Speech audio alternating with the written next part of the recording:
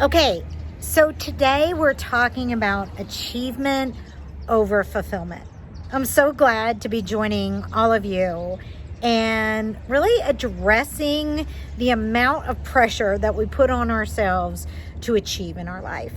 As women, we're constantly wanting to achieve, to make things incredible for the people around us. We have within us this insatiable need to nurture, to make a mark, to make a difference, to be creative. But in the midst of the last couple of decades, we've gotten caught up in this achievement message. How many degrees do you have? What is your status at your job, with your company? How many kids do you have? What school do they go to? It's all about achievement. And really, we've gotten lost. Not that some of those things aren't viable and valuable in somebody's life, or should we not have goals? Of course we should have goals. So achievement is important. But ladies, the last couple of decades have proven to us to not be so kind, in the sense that we've tried to have it all. Climb that corporate ladder, achieve career, have something to call our own, and at the same time make a great home, raise children, attend all of their events, and we're catching ourselves losing time. You're rushing through the day because you have so many things on your list that you're finding yourself at the end of the week feeling empty. Meaning you feel like the week just whizzed by. Where did it go? And now you really don't have anything to show for it. You don't have a picture of your family having time together in a special way that you want to put on the wall. You have a list of things that you've checked off and accomplished, and that's great. But as women too, we are so focused on, or thrive with, we're not so focused on if we're letting it slip by, obviously, but when we're talking, these are the things that we're focused on. We're talking to our girlfriends about the memories we want to make, the impact on our families that we want to be a part of, the kind of, really the way that we want to be remembered, right, in our families. And we're losing that in the mix of all this busyness, and it's leaving us unhappy.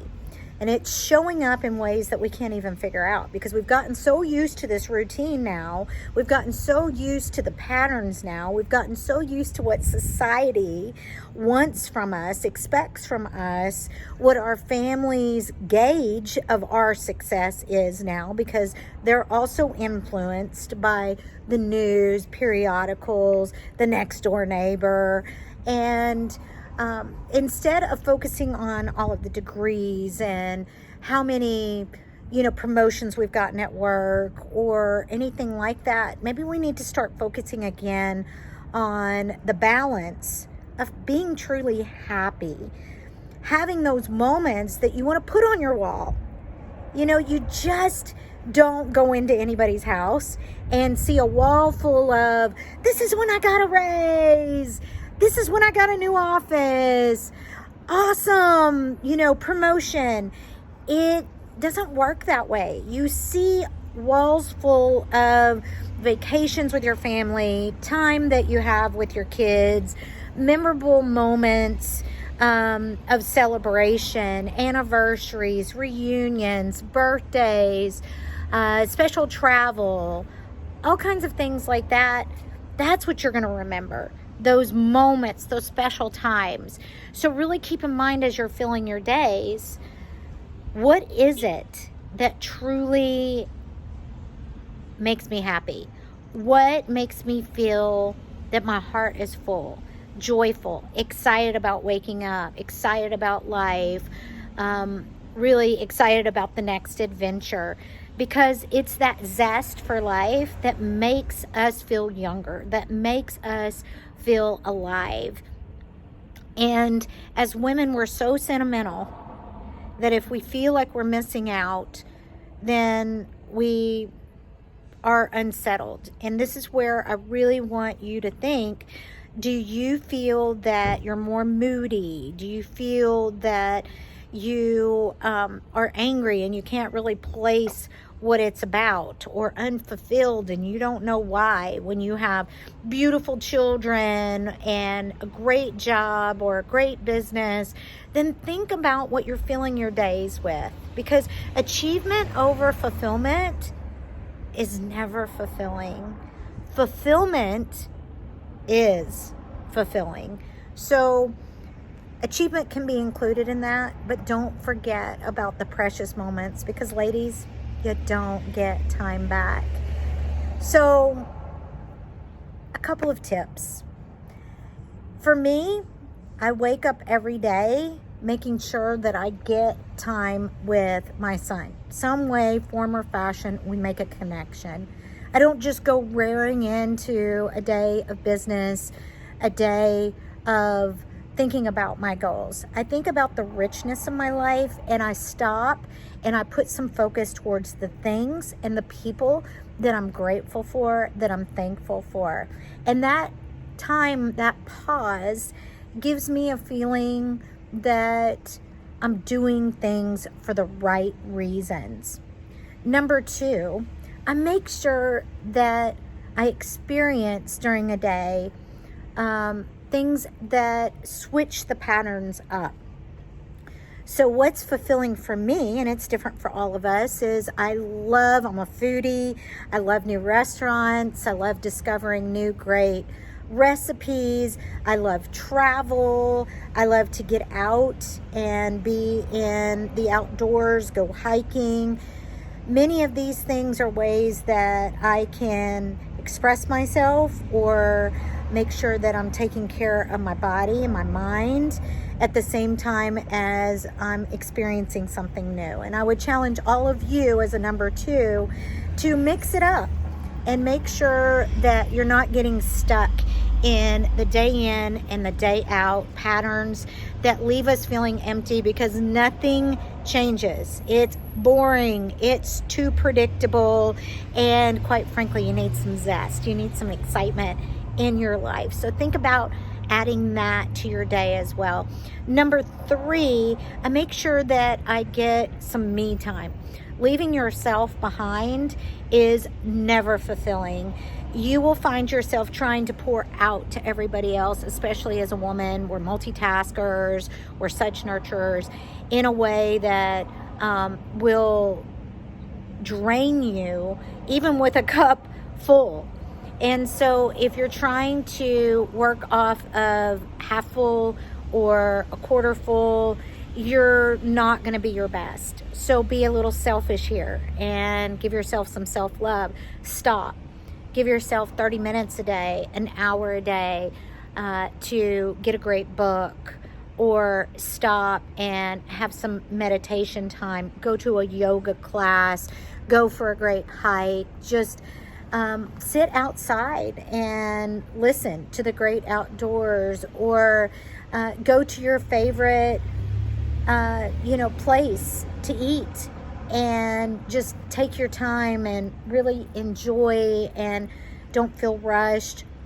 Take a bubble bath in the middle of the day, and so many other ideas that I can give you, ladies. Go to your favorite shopping spot. I love Lush. Have no investment in that company, but just walking around and looking at the bath bombs and the different things they have can be a way that I really decompress and just have some me time. So think about that. Number 4 is end your day on a high. So be able to recap your day in a way that you find those fulfilling moments. You find those moments that make you smile, that touch your heart. Not just a grocery list, not just a to-do list, but things that connect you with people that you love, with things that you love to do, and memories that you want to have. And number 5, before you go to sleep, think about the day, be grateful, and then ask yourself a couple of questions before you put your head on the pillow. You may get some answers as you're sleeping. How can I, how can I grow my life in a more positive way? Or where is our next vacation destination?